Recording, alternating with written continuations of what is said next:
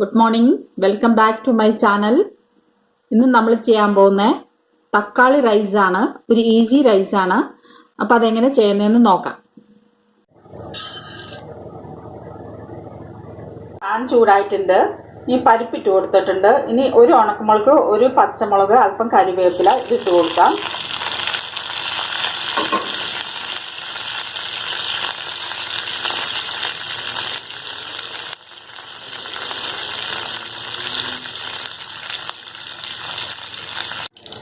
കടുകെല്ലാം നല്ലോണം പൊട്ടിയിട്ടുണ്ട്. പരിപ്പ് എല്ലാം വറന്ന് വന്നിട്ടുണ്ട്. ഇനി നമുക്ക് ഇതിലേക്ക് തക്കാളി ഇട്ട് കൊടുക്കാം.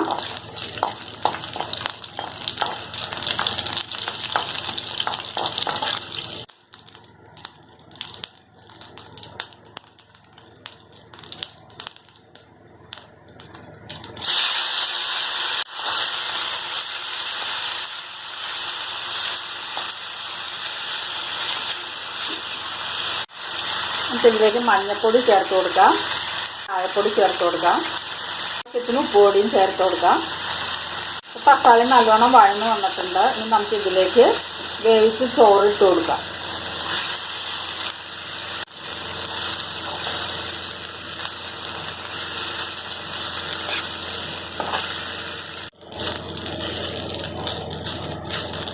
ഇനി ചൂടോടെ വിളമ്പാം.